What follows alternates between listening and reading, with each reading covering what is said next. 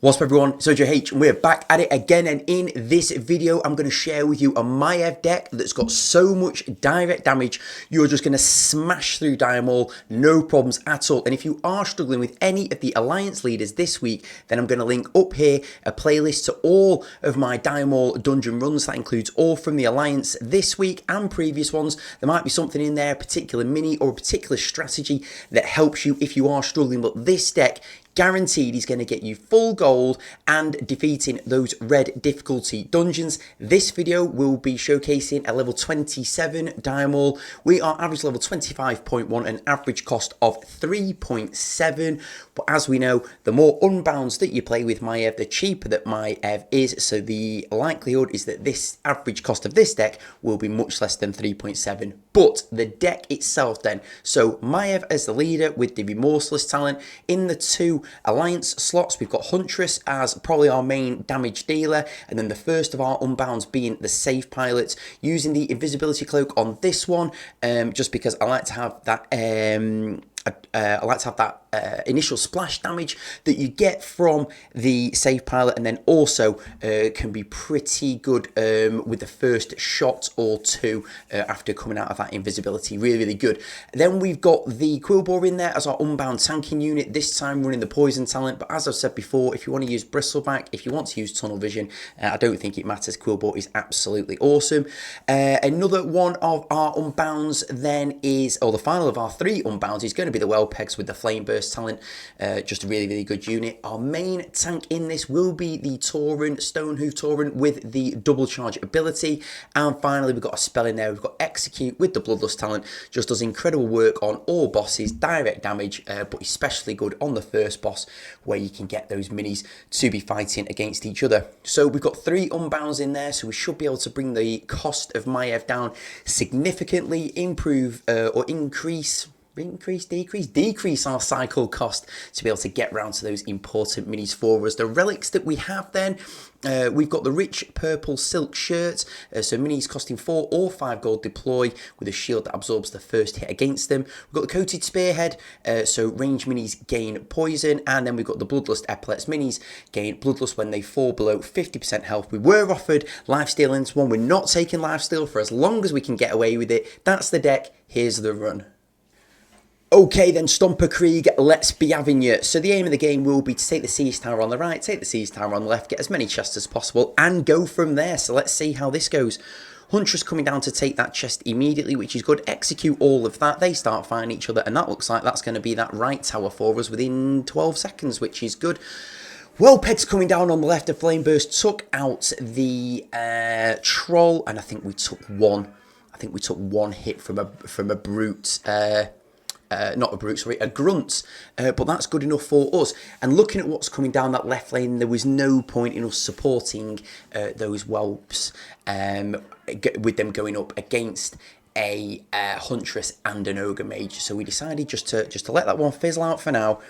And then we'll go from there. So we've got our first Maiev coming down, doing the spinny, I can't remember what it's called, blades, knife of blades of, I can't remember. Anyway, doing that big attack, which is great. I think there's extra damage from ambush, which is good. And then with 1 minute and 5 gone, so over almost 2.5 minutes remaining, we've taken both siege towers. Whelpeg's doing a great job on the 2 grunts and the sneaky bandits on the right. And now we can just keep glancing back and see if that chest has spawned. So with over 2 minutes to go, we're in a good spot here. So if you do execute any of the Ogre Mages that come up, or any of the grunts or anything like that, then they will immediately start hammering away at the boss. Like I say, our execute's level 24, this is level 27, and that is enough level to make this workable, which is decent. If I'd have been a little bit quicker, I would have got my Quillbore down in time to save the whelps, but I didn't. But that's fine, because Stomper Krieg is doing his swirly, which means he doesn't move, he stands still. We've now got 2 shielded Huntresses smacking away, and a Tauren. We're going to safe pilot all of that to get rid of them sneaky bandits, and maybe get a shot in one shot by the safe pilot, 2 shots, 1 more possibly, 3 shots.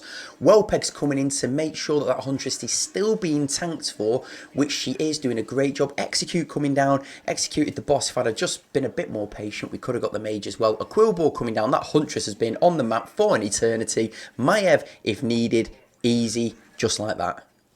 Alrighty then, Imolthar, second boss, let's be having you. So, in this one, a little bit annoying because those explosive eyes will take out quite a lot of the stuff that we've got. But things like the Ojh&x will be really, really good at exposing the sneaky bandits and taking out things like, just distracting things like Banshee and stuff like that. So that's all right for us. So one of the reasons why we've got the Tauren in here is for the charge, for the double charge, to hopefully do a bit of work for us. Save pilot's going to come in and hear absolutely nothing. If anybody wants spell lessons or save pilot lessons from me, send me a message. I will show you exactly how not to do it. So Huntress is doing a great job. Huntress is just such an amazing card. Card mini, it's a mini. I do want to keep hold of the meeting stone on the left if possible. That's really good for us. Sometimes I go right. If you go right, then it works out. It can work out really well because it gives you quicker access to the 3rd gold mine, and falling behind in the economy war is something that you need to be wary of in this. So Maiev comes down, turns Imolthar away. We get a charge in by the Tauren and an execute on there to Bloodlust.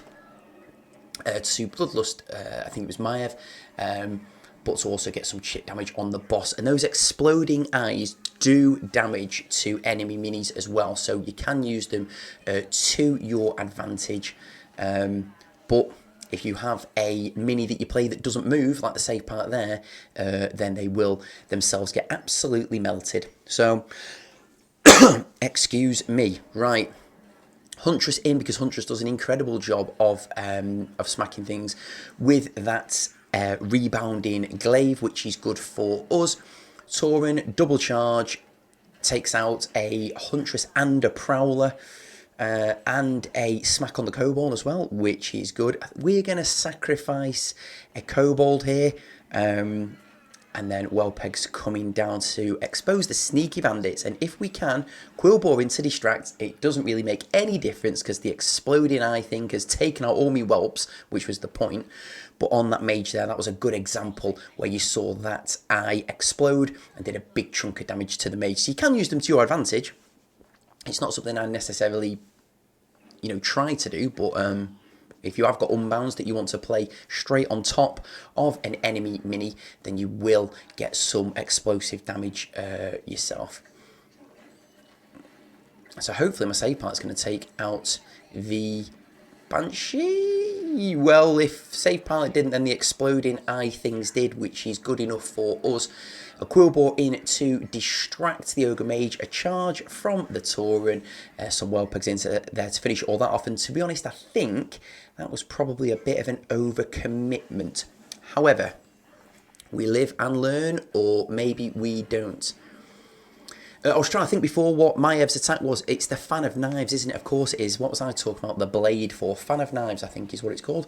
Anyway, played my Kobold deep in the back there so that Kobold could walk forward, not get exploded by the those little eyes, the purple swirlies, get a bit of mining done. It's going to be really, really important. And the good thing about this deck is because we've got so many unbound minis, we've got loads of direct boss damage, which is just going to make this much, much easier for us. Quillbore tanking, always Quillbore tanking. Execute on all of that. Don't worry, we're going to take a little bit of damage, but it's for the greater good. We've got a charge coming in from the Tauren. Huntress being the absolute MVP of damage here. Ojh&x coming down, they're going to explode. Flame Burst coming down on all of that. And then we pretty much, what have we got? So we've got Quillbore we can send in there. We've got a save part we can send in there. We've got an Execute on top of all of that. And we pretty much killed him off with 30 seconds there. Third and final boss, King Gordok, to make this a clean run. So the first part of this is going to be defending this initial push, which we need to do. Wellpegs are going to do a good job of that, and we're just waiting for the sneaky bandits to lock on because I don't want them to stun me Huntress. We're taking a little bit of damage, but that's all right because once we've defended that first attack, we want to push everything forward to take the siege tower in the middle. I don't want this to fizzle out. It's looking like it'll be close, so I'm just going to execute that just to get it over and done with. I think we've already sent a kobold off to the right. When you start a kobold off to the right, there is 2 gold available on the right, and there's only 1 on the left. So if you do have a kobold in hand, send it right first. So that's phase 1 done. Dealt with that initial attack and have taken the siege tower in the middle. Phase 2 will be heading round to the right to get a hold of this mage. I was far too slow in playing the distracting Quillbore, so unfortunately my Maiev and Tauren have both been like kind of slowed or slept, or I don't really know what's going on with them. Anyway, because of that, I've had to send in another Huntress to try and help out with this one because we need to get this right side down for later in the strategy. So anyway, that's all done on the right. So now we've got a bit of gold in the hand, and now we can start making something happen on the left. Quillbore coming down to turn this Ogre Brute around. We've got the Tauren smacking away. We dropped a safe pilot in there who'll hopefully get a couple of shots off. Possibly we're going to execute. Again, you've got execute in there. If it's ever looking like it's not going perfectly for you, just lob an execute on it. Bush, that'll be the end of that.